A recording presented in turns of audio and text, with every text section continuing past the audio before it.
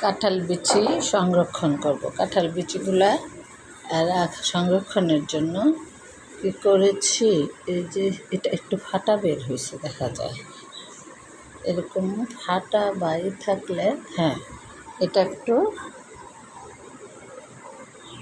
একটু ফাটা বের হয়েছে, এটা রাখা যাবে না। এটা যাতে একটা বিচিও কোনো চামড়াগুলা এর ফাটা না থাকে, তার জন্য আমি রৌদ্রে না এমনি থালায় নিয়ে এমনি বাসনে নিয়ে ফ্যানের মধ্যে শুকাইছি। যেগুলো ফাটা এগুলো রাখা যাবে না, এগুলো পচে যাবে।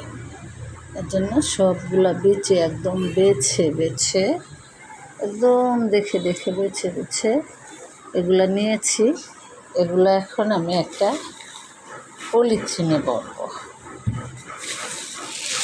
এই যে এই পলিথিনটা ভরব, পলিথিনে ভরে একদম এয়ার টাইট করে রাখবো। এই যে পলিথিনে রাখতেছি,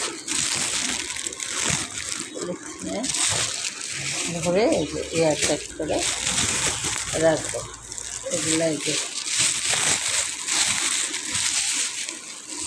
এগুলো যে পলিথিনে রাখতেছি, এই পলিথিনে রাখতেছি।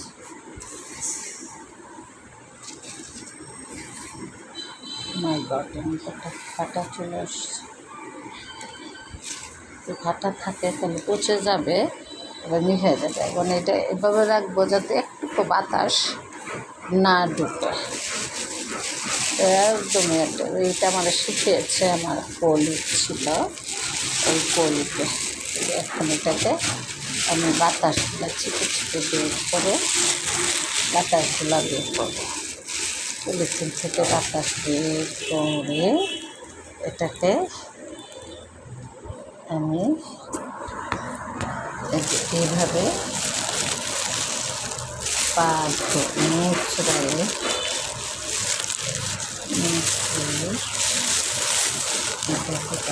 কোনো ক্রমে বাতাস না ঢুকতে পারে।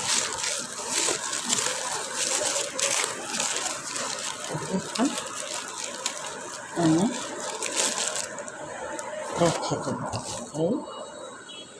এটাকে একদম বাতাস যাতে না ঢুকতে পারে এটাকে রেখে দেবো, তাহলে অনেক দিন পর্যন্ত এটা খাওয়া যাবে। রক্ষণাবেক্ষণ ইচ্ছা করলে ভালো করে রাখলে মানে আরেক 8-9 মাস 10 মাস রেখে খাওয়া যায়।